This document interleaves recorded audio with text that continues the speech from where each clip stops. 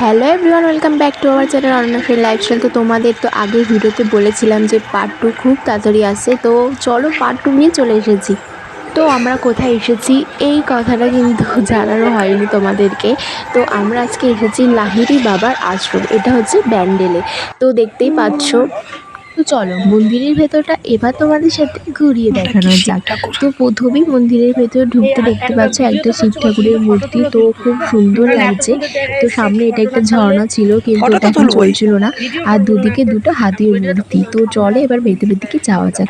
তো ভেতরে যেতে যেতেই দেখো মনোমুগ্ধকর পরিবেশ, যেন মনটাকে একদম ছুঁয়ে যায়। আর নিচে কি সুন্দর আলপনা আঁকা। তো আর সেদিনের ভিউটাও ছিল দারুণ। আর এখানে দেখতেই পাচ্ছি ছোট ছোট কিছু পশু আছে।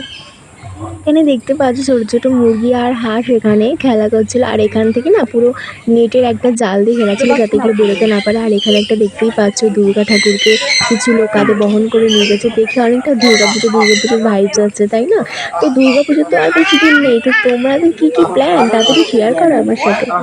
তো আমরা কিন্তু এখনো মেন মন্দিরে প্রবেশ করিনি। তো মেন মন্দিরে যাওয়ার আগে যে এই মন্দিরগুলো আছে, চলো সেগুলোই তোমাদের আগে ঘুরিয়ে দেখানো যাক। এটা হচ্ছে একটা দুর্গা মন্দির, দেখতেই পাচ্ছ কি সুন্দর লাগছে। তো ভেতরে তো যেহেতু প্রবেশ করা যাবে না, তো বাইরে থেকে আমরা একটু প্রণাম করে নেব, দেন তারপরে পুরো জায়গাটা তোমাদেরকে ঘুরিয়ে দেখাবো। এই মন্দিরে কিন্তু ঢুকতে গেলে মহিলাদের জন্য একটা বিশেষ করে নিয়ম আছে, সেটা হচ্ছে মাথায় ওড়না বা কাপড় দিয়ে ঢুকতে হবে। আর হ্যাঁ, মাস্কটা কিন্তু অবশ্যই পরতে হবে। হ্যাঁ, এই মন্দিরে ঢোকার টাইমটা চলো তোমাদের সাথে শেয়ার করা যায়। এই মন্দিরে ঢোকার টাইম হচ্ছে সকাল 10টা থেকে 12টা আর বিকেল 4টা থেকে সন্ধ্যা 6টা। তো তার মধ্যে কিন্তু তোমাদের আসতে হবে। আর হ্যাঁ, এই মন্দিরে কিন্তু ভোগ খাওয়ানোরও ব্যবস্থা আছে। ভোগের কুপন কাটার সময় হচ্ছে সকাল 10টা থেকে 12টা, আর খাওয়ানোর সময় হচ্ছে দুপুর 11টা থেকে 1টা পর্যন্ত।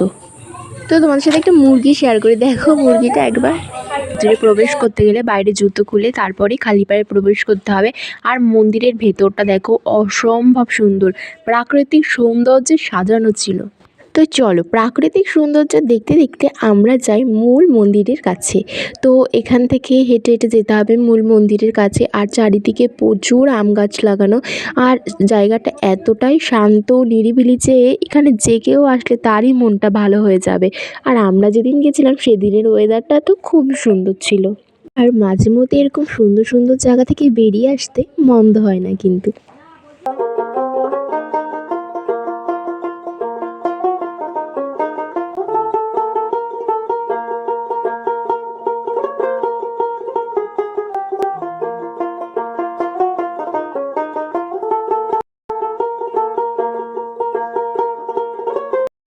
সোজা একটু ধরো মন্দিরটা, দাঁড়াও এখানে দাঁড়াও।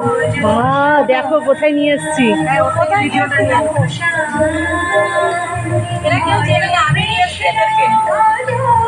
তুমি কেউ চেনে না।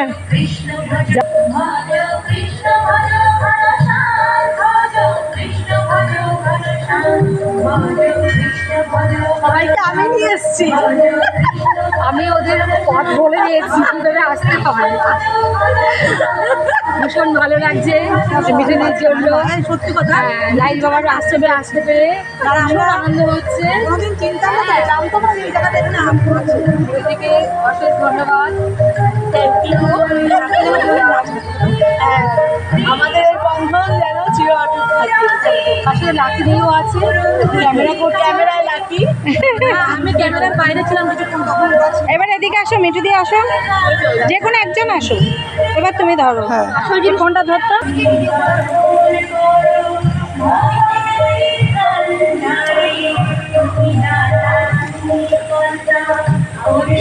ভিডিও হচ্ছে।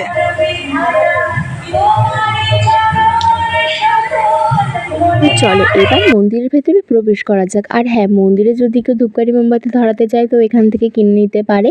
তো এখান থেকে এবার চলো ভেতরে যাওয়া যাক। আর তোমরা দেখতেই পাচ্ছ মনটা পুরো জুড়িয়ে গেল একদম, কি অসম্ভব সুন্দর, তাই না? যেমন মন্দিরটা সুন্দর তেমন প্রাকৃতিক পরিবেশটা, যেন দুটো দেখে যেন মনটা জুড়িয়ে গেল। তো চলো এই হচ্ছে লাহিড়ী বাবার আশ্রম, দেখতেই পাচ্ছ কতটা সুন্দর। আর হ্যাঁ, এই মন্দিরের ভেতরে কিন্তু ক্যামেরা করা নিষেধ, তাই ভেতরটা তোমাদেরকে ঘুরিয়ে দেখাতে পারবো না। আর এই যে বাইরেটা দেখো, এখান থেকে ঝর্ণা। আর এটা হচ্ছে একটা পুকুরের ওপরই মন্দিরটা তৈরি করা।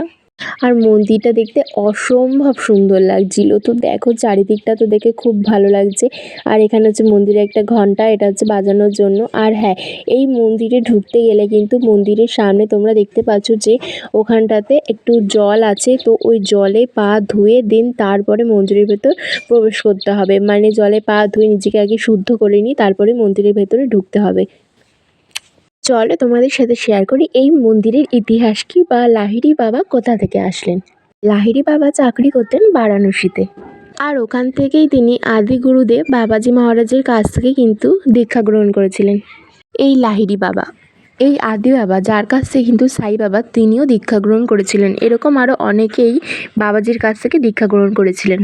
আর হ্যাঁ, এই মন্দিরের পাশাপাশিও কিন্তু আরও অনেকগুলো মন্দির ছিল। তো যেমন এই মন্দিরটা ছিল হচ্ছে রাম সীতা লক্ষ্মণের, মানে এই তিনটে ঠাকুরেরই একসাথে মূর্তি বসানো ছিল। আর চারিদিকটা তো অসম্ভব সুন্দর, তোমরা দেখতেই পাচ্ছ। আর হ্যাঁ, তোমাদের কার কার পার্ট 2টা ভালো লাগলো অবশ্যই কিন্তু কমেন্ট করে জানাবে। আর হ্যাঁ, এরকম আরও সুন্দর সুন্দর ভিডিও দেখতে হলে কিন্তু প্লিজ চ্যানেলটা সাবস্ক্রাইব করে দিতে হবে আর কমেন্ট করে জানাতে হবে। তোমাদের কার কার আমাদের মতো লাহিড়ী বাবার মন্দিরে যাওয়া হয়ে গেছে অবশ্যই কিন্তু কমেন্ট করে জানিও। আর এই জায়গাটা তো দেখে সত্যিই মানে বারবার বলতে ইচ্ছা করছে, মানে সত্যিই দারুণ সুন্দর।